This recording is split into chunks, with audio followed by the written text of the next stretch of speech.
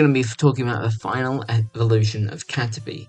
And finally, we have a stat block that isn't just a silly gimmick. Like, Caterpie is essentially a low-level enemy with some stinky mechanics, and Metapod is just hit points and armor class. Butterfree is actually a relatively normal stat block. We'll go into it now. 14 armor class. Alright, if you look at Butterfree in general, her defensive stats aren't too great. Like, sure, her special defense is pretty good, but defense in general, which is really what armor class is, it's not too great. Hit points are 96. Pretty normal for this level. You might notice that she has 20-foot moving speed because those little legs, they're getting her absolutely nowhere. She's got wings and they're pretty big, so 35-foot fly speed. Now with strength, it's got 6 strength because strength is her lowest stat. So, you know. Also, she's a butterfly, and look at those little hands, arms. I don't know, man. They can't do shit, and that's the point. Dexterity is 12, because the speed's pretty good. That's about it. Con is not great because of hit points. I don't know. She's a butterfly to me. I don't know if you've ever seen a butterfly, but they're not the most strong of creatures. They're pretty fragile. They're pretty delicate. People even say delicate as a butterfly. So yeah. Intelligence is normal. Wisdom and charisma are quite high. Charisma is because people talk about how pretty butterflies are. So I thought that this kind of butterfly might be quite charismatic in that regards. Wisdom, I don't know, man. Butterfree just seems like she knows quite a bit. So I thought I'd give her that. And also, wisdom in some capacity can represent special defense or special attack, which is why it's a little bit high.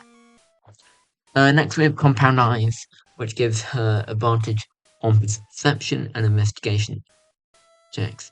I believe in the games, Compound Eyes increases your accuracy, but not here, because giving you advantage on attack rolls would be fucking crazy. I know I have stat blocks where I do that, but you usually have to get to a certain hit points in order for that. So advantage on perception and investigation seems there. Then we have Tinted Lens. In the game, I can pull up what Tinted Lens does real quick for you. Just for you. I never do this for anyone else, just you.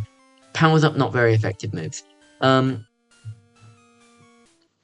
just kind of thought this was a bit stupid, and I had no idea how to implement it other than say, oh, you can't have a resistance to our attacks.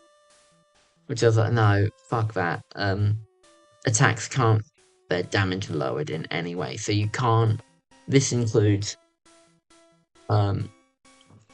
like some kind of weird stat that's like, oh, now they do, I don't know, 1d10 less damage, or resistances, or even immunities. So Butterfree just overrides all of that because she can hit anything. Now we have her first action, Sleep Powder. Butterfree flaps its wings, causing pink, sweet-smelling powder to drift out in a 30-foot radius around Butterfree.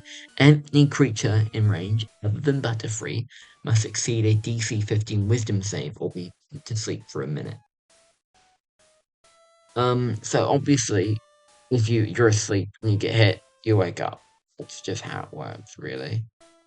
I know it doesn't say that on there, but I will update the stat block so it does say that. So when you look, and yeah, I did mention this on the previous video, but I'm going to mention it again.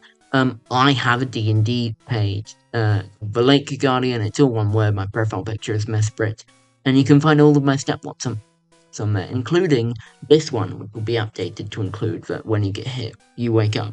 And also, loads more! I make all sorts of stuff, so you can have a look at that.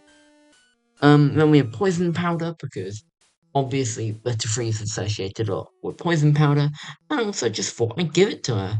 Butterfree flaps its wings, sending out purple toxic powder.